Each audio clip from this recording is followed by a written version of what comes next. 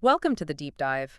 Today, we're really getting into the weeds with cryptography. Yeah, it's such a core part of our digital lives now, isn't it? Absolutely. It's behind everything from blockchain security, which is a big focus for us today, to just, basic secure browsing. Yeah, we've got some great source material to work with. Things covering blockchain standards, core crypto terms, symmetric versus asymmetric keys. Right. And detailed looks at hashing like SHA-256, digital signatures from places like CISA, even IBM's take on digital certificates. It's quite a spread. So our mission, I guess, for this deep dive is to pull out those key cryptographic ideas. Yeah, and understand how they actually work in practice, especially for blockchain and keeping things safe online. But without, making everyone feel like they need a math degree, we want to make it accessible. Okay, so first principles. Let's talk encryption. Yeah. The basic idea, right? Taking readable stuff, plain text. And scrambling it into unreadable ciphertext. Simple concept, but how you do it matters. Exactly, and there are basically two main approaches here, and it all seems to hinge on the keys. That's right. First up, you've got symmetric key cryptography. Symmetric, meaning the same. Precisely. Use one single shared key.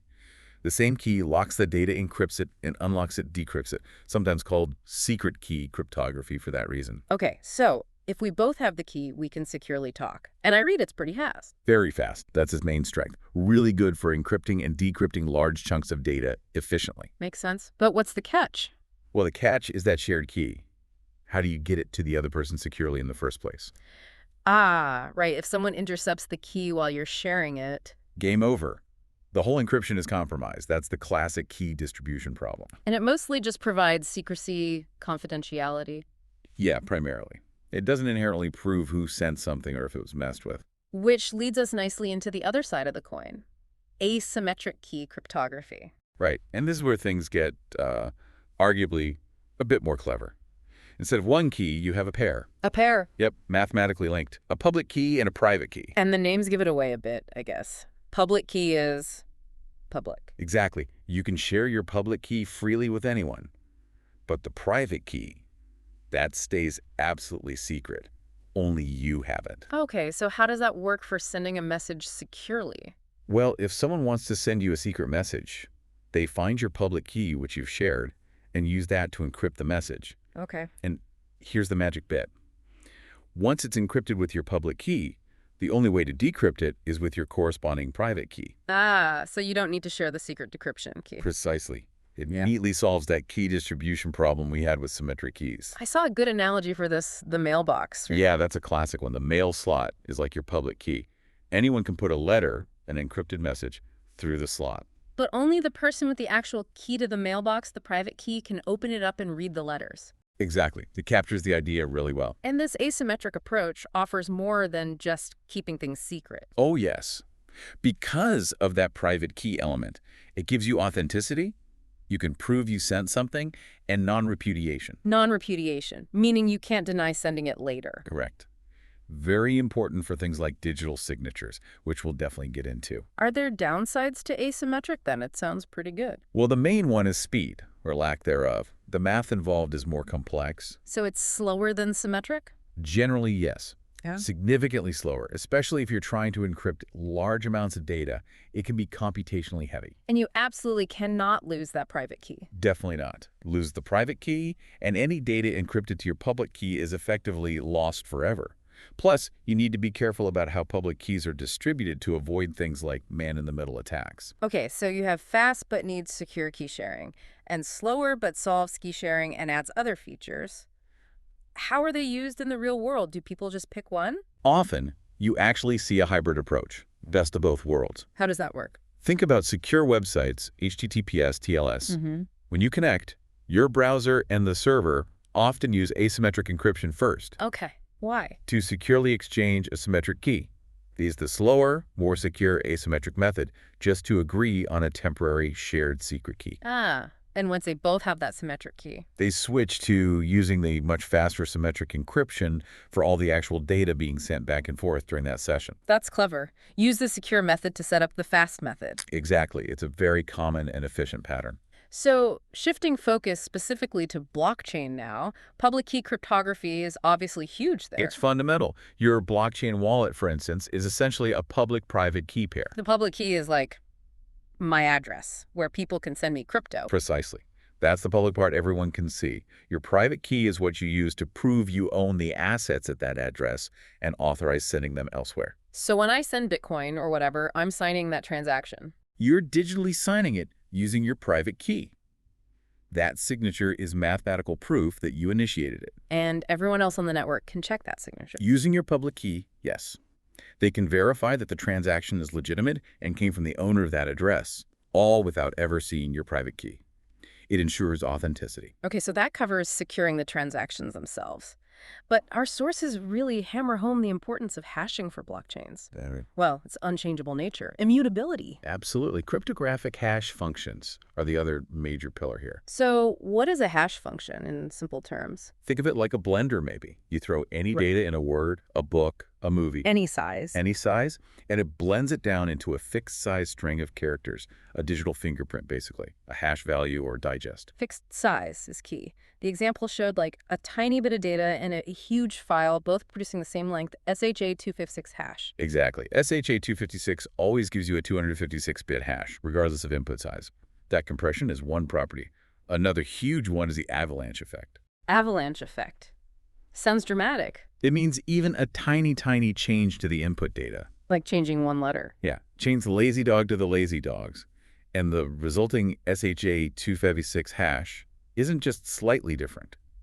It's completely, wildly different, unrecognizably different. Which makes it impossible to guess the input just by looking at the hash or tweak the input slightly without drastically changing the hash. Correct. It also needs to be deterministic. Meaning same input, same output every single time. Always. Crucial for verification. Then there's pre-image resistance. That's the one-way idea.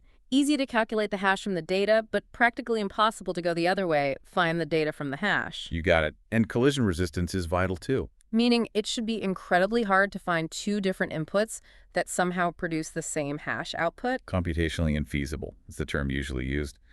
And finally, they need to be fast to compute. You need to be able to generate these hashes quickly. And SHA-256 is the big one, especially in Bitcoin. It's very widely used, yes. Secure hash algorithm, 256-bit output. Our sources also mention KEKAC, or SHA-3, as maybe faster or more secure in some ways. So connecting this back to blockchain integrity, how does hashing make the chain immutable? Okay, this is the really neat part. Each block in the chain contains the transactions, obviously, but it also contains the cryptographic hash of the previous block. Ah, so they're linked. Mathematically linked. Block 10 contains the hash of block 9. Block 9 contains the hash of block 8, and so on, all the way back to the first block. So if I try to change something in, say, block 5. Even changing one tiny bit of data in block 5 would completely change its hash value thanks to the avalanche effect. Right, and block 6 contains the original hash of block 5. Exactly. So now the hash stored in block 6 no longer matches the new altered hash of block 5. That link is broken. And that invalidates block 6. And block 7, which contains the hash of block 6 and so on all the way up the chain. Any tampering becomes immediately obvious because the chain of hash is broken. It's like a chain reaction of invalidation. Very clever. It creates that tamper-evident ledger. And things like Merkle trees use hashing within a block to summarize transactions efficiently, making it faster to check if a specific transaction is included. This seems relevant beyond just crypto coins, too. Our sources mention e-governance, e-commerce. Definitely. The core needs are the same. Right. Trust online. You need to ensure digital documents or transactions are authentic, haven't been tampered with, integrity, and that people can't deny their actions, non-repudiation.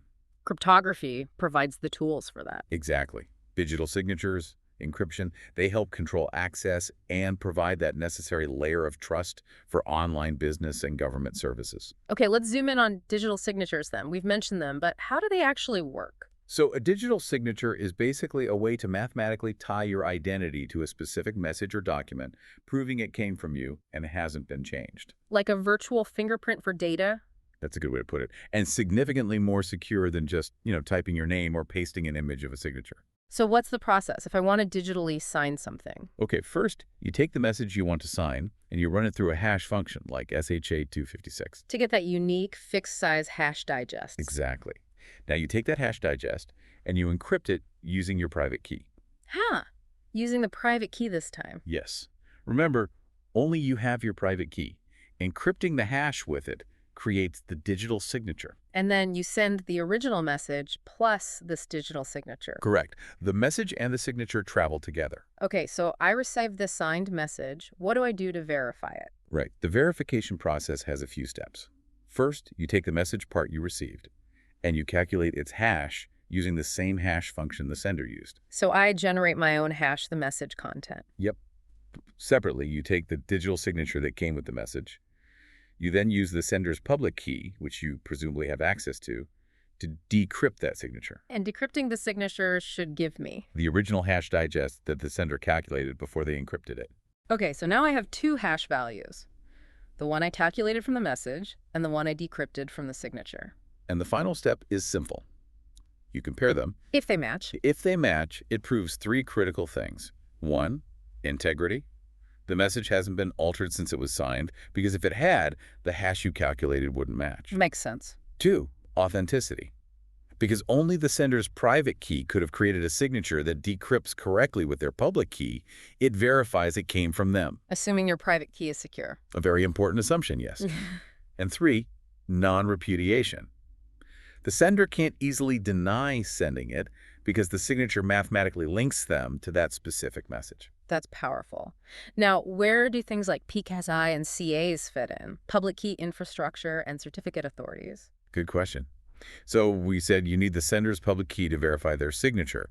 But how do you know that the public key you have actually belongs to the person you think it does? Right. Someone could just claim a public key belongs to, say, my bank. Exactly. That's where PKI comes in. It's the whole system. The rules, the technology, the organizations designed to manage public keys and verify identities. And certificate authorities are part of that system. They are the trusted third parties within the PKI. A CA's job is to verify someone's identity, an individual, a company website, etc., and then issue a digital certificate. What does the certificate do? It basically binds that verified identity to their public key. The CA puts its own digital signature on the certificate to vouch for this binding. So the certificate is like a digital passport issued by a trusted authority saying this public key belongs to this verified entity. That's a perfect analogy. It provides trust that the public key is legitimate. Of course, there are alternatives like PGP's Web of Trust, where users vouch for each other, but PKI with CAs is very common, especially for things like website security. Okay, so let's talk more about those digital certificates. They're like the ID cards of the internet. Pretty much, yeah. Their main job is to provide that electronic proof of identity and securely link it to a public key so you can use things like SSL/TLS for secure connections. And what information is typically in one of these certificates? Well, you'll find the public key itself, obviously. Then information about the owner, the subject, like their name or domain name, details about the CA that issued it, the dates it's valid for. And the CA's digital signature, right, to prove the certificate itself is authentic. Crucial. That signature verifies the whole package. And importantly, once issued, that info is immutable. You can't change a certificate after the fact. And just to be crystal clear, the private key is never in the certificate. Absolutely not. The private key always stays separate, securely stored in what's called a key store. The certificate only deals with the public key. Which means the whole system relies heavily on trusting those certificate authorities. Immensely. If you don't trust the CA, you can't trust the certificates they issue. Our sources also mention that these certificates, often using the X.5009 standard, can have extensions. Extensions, like Yeah. add-ons. Sort of. They add extra information, like defining how the key should be used, providing alternative names for the subject, or linking back to the issuing CA's key. And are there different kinds of certificates? Yes. You have CA certificates themselves, root CAs at the top, intermediate CAs below them, forming a chain of trust. They sign other certificates. Okay. Then you have entity certificates like site certificates for websites or certificates for email or code signing.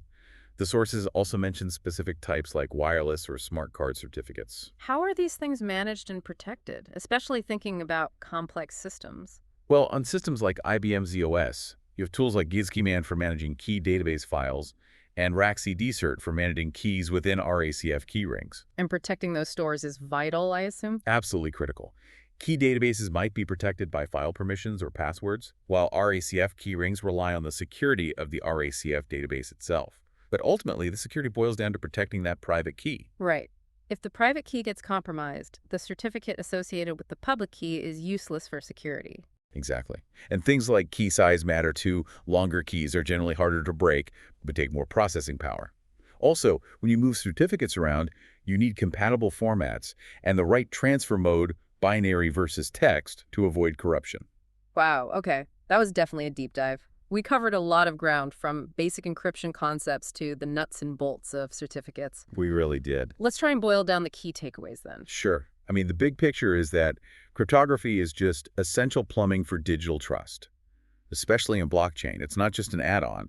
It is the system in many ways. Right, through things like asymmetric encryption for transactions And hashing for that crucial immutability, making the ledger tamper-evident. and digital signatures proving authenticity and preventing denial. All underpinned by digital certificates and the trust framework of PKI, usually involving CAs, to link identities to public keys reliably.